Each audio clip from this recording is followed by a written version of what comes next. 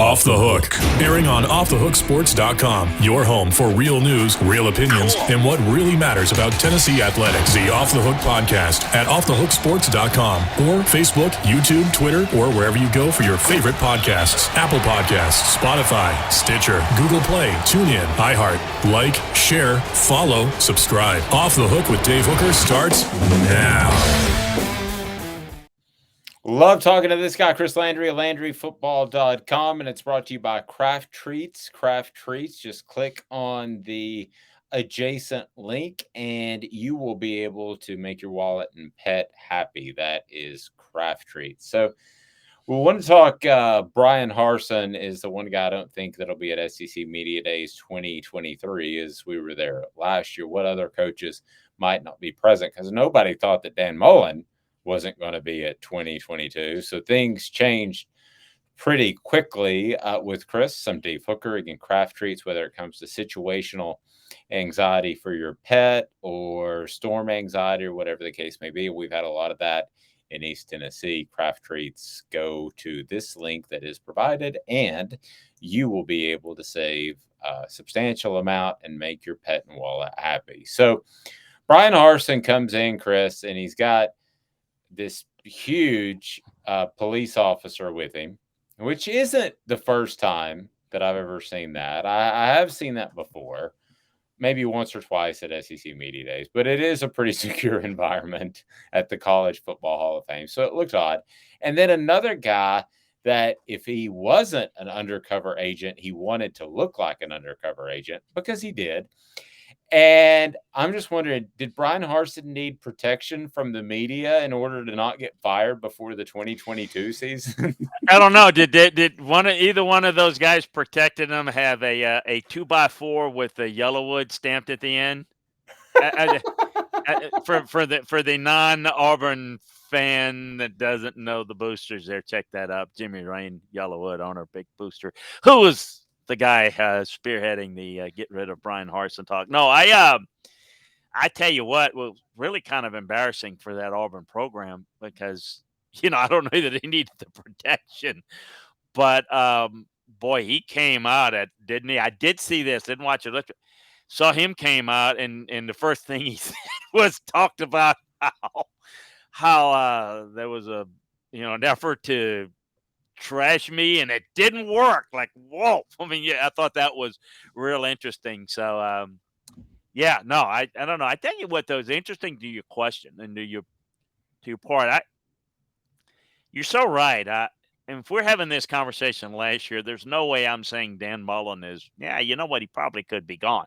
As the season got later, you kind of think, oh, what could happen? So, I'm going to be wrong because I don't really know that anybody I would say right now is in bad shape other than Bryan. I'm going to go through it real quick. Billy Napier's in his first year. I think Shane Beamer's going to eventually struggle at South Carolina, but he's not going anywhere this year. Kirby got his new deal and not going anywhere. Josh is not going anywhere. Mark Stoops, unless he wants to leave for his alma mater, Iowa, with Kurt Ferentz, or some big job. I mean, he might. Don't think they're going to pull the trigger on Clark Lee, although he's dead man walking in Nashville. I tell you who's going to be in a little bit of trouble eventually is Eli Drinkwitz, because they think that they should win there like big because they did it when they first came in the league. And I think they're going to be – but I don't know that he gets run this year. Saban's there for as long as he wants. Sam Pittman – see, he's going to stay. Brian Kelly's in his first year. Jimbo's fine. I would say that I would expect Mississippi State and Mike Leach to have a good year, but let him have a bad year, and they'll start to get really frustrated and antsy over his stick and and then, of course, Lane Kiffin, if he gets the right job, he'll leave. So that's the whole league. I mean, I don't know that answers the question, but, I mean, I can't really point to anyone, but I would say the guys that would be most interested in watching if they have bad years would be Drinkwitz and Leach, but I'm not predicting that they get run at the end of this year. And then who gets a better job? I mean, I guess it would be Lane or Mark Stoops, but I'm not sure that I can sit there and tell you that I'm confident saying that it's going to happen. So But we're not going to have zero changes. It just doesn't happen that way in this league. And I can't tell you who it's going to be. No, that's true, and I phrased it in that way on purpose because you mentioned Lane and Saban, so I think those would probably be the second and third most likely to not be at media days in 2023, and it's not because they were fired; it's because at some point Nick Saban is going to retire. Correct. But let's specifically look at Lane Kiffin. What kind of job would he take over an Ole Miss? Because he wanted the LSU job, he wanted the Florida job. I was told by you at the time and told by multiple people that he didn't even get a return phone call, basically, from those two schools. I mean, what type of job would he take and leave? Because I know that Ole Miss has a glass ceiling in terms of resources and facilities, but so do a lot of schools. Well, I tell you, it's interesting because I've always felt like a return to the West Coast was potentially in the cards for Lane. Now he was interested in the Oregon job. Now, an Oregon situation, because I don't know that they're going to be long for the Pac-12, and I don't necessarily say, for example, would Lane go, would leave for an Arizona State? I think possibly not now, though, with the status of Arizona State in the Pac-12. So I think that makes, I guess my point is I think it makes it a little bit more selective. He was also interested in Miami. So I think you get an idea where he feels like there are more financial resources. Like, look at Miami. You say, well, the ACC, whatever. But look at what the money they're starting to put into their NIL more than what they're able to put in at Ole Miss. And certainly you can compete in the ACC. I mean, you can compete and win that, and that I think. So, but again, Miami got a new coach. Miami's not going anywhere anytime soon.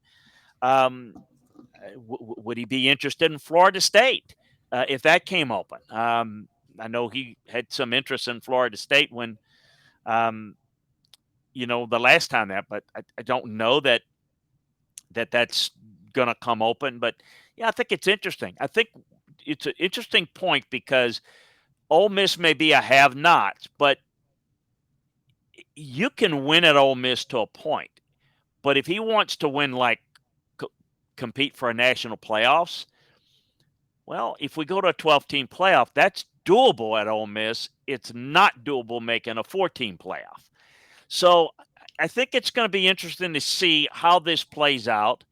Not unhappy at Ole Miss, but understanding he does that there are limitations at Ole Miss. So I think the answer is really simple. What openings come out where you have more resources to compete nationally than he does at Ole Miss? Any of those places, he'd probably be interested. But we got a ways to go before we figure out if any of those are going to fit the criteria this offseason and whether there is the interest. Because as I mentioned to you, I've given you 4 that he would have left Ole Miss for this past season, but he didn't get offered it, and it wasn't a player in those for different reasons. Not because he's not good enough, but Miami, Mario Cristobal, one of their own. Oregon wanted to do something different, and it's an interesting question, but why they wouldn't consider Lane, but it just didn't work there. And then, of course, Florida and LSU were never considering him. So I just think it has to mesh right. But that's kind of how I see Lane's situation. Otherwise, he'll stay at Ole Miss and he'll win and he'll go to bowl games. But at some point, they'll say, well, why can't you take it to the next level, Dave? Well, because at Ole Miss, there is no next level. I mean, there is no – the next level is if we got a 12-team playoff, and that's a couple of years away, and I don't know if Lane's going to still be there then, but if he is, then I think if you got 4, maybe even 5 at-large teams from the SEC, yeah, you could see an Ole Miss or somebody like that make it. But other than that, you don't – that's not what you do at Ole Miss. It's not realistic. From let's put a 3 grading system on it. 1, Dave, you're insane. 2, yeah, that's possible. Dave, and third is Dave, you're a genius. So hopefully we're not at the lower level. But Nick Saban retires, Mario Cristobal goes to Alabama, and then Lane Kiffin goes to Miami. How crazy would that be if that happened in December, January of this upcoming year? Well, I don't think it's crazy. I would put it in that middle category. I don't know that Nick is going to step aside this year. I don't have any indication of that. But as you mentioned, I mean, we got to take that on a year-to-year basis with Nick, and only he's going to decide, he and Terry. So let's just say that happens. I don't know where Alabama goes. I do think Mario is definitely somebody they'd like, but what type of year does Mario have? So all right. So he has a good year at Miami when, maybe, I don't know, wins big, but successful. And it shows along with his recruiting that things are going up. I think he would be somebody that Alabama would look at. And then what would Miami do? I don't know. I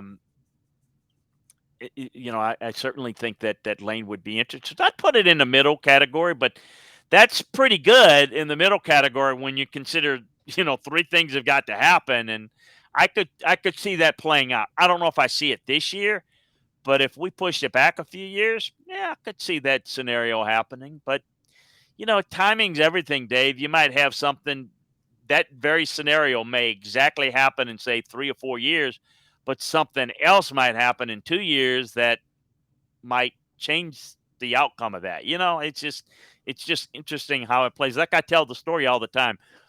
You know, um, and go back in history. Bear Bryant's an assistant at Vanderbilt, and he accepts the job to become the new head coach at Arkansas. And then 2 days later, Pearl Harbor breaks out, and then everything changes. Well, if he does that, how long did he stay at Arkansas? Does he still go back to his alma mater, Alabama? Does Frank Broyles ever coach at Arkansas? Does he coach somewhere? I mean, you can rewrite history on the what ifs. You go forward and you think things can happen. I mean, who knows? It's just I say this all the time. What if Nick Saban, if they sign Drew Brees in Miami, does he ever leave the Dolphins and go to Alabama? And what does that do for Alabama? And there's just so many things that are fun to look back on or look ahead and think about. But one thing affects another, that affects another, and there. But for the grace of God, we don't know. The greatest one I remember is the John Wooden story. John Wooden played basketball at Purdue, was a Big Ten guy. He wanted the University of Minnesota job, and he had a deal, and they told him they would contact him on Thursday. Well, and he says, "Look, if I get the job, I'm gonna, I'll cancel this interview I got at UCLA." And well, they decided to hire him. But as it happens in February in Minneapolis, massive snowstorm. Of course, there's no cell phones, there's no internet. Western Union was shut down for 3 days. They got him a telegram, but it was too late. He had gone to UCLA, he had interviewed, he accepted the job. And after he accepted the job, he found out, hey, we want you at Minnesota. We've been trying to get in touch with you. He says that I can't go back on my word I gave to UCLA.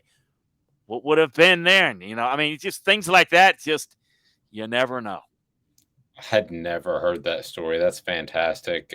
For that type of insight in the college football world, in the pro football world, and recruiting as well, go to LandryFootball.com. Again, Craft Treats will make your pet more comfortable, and the link attached will make your wallet more happy. How about that? So Craft Treats, great for your pet with the minor cannabinoids that will be able to give them a little bit of relief during those storms, maybe car ride anxiety, whatever the case may be. So that's Craft Treats. Check them out. For Chris Landry, I'm Dave Hooker. This has been a presentation of Off the Hook Sports.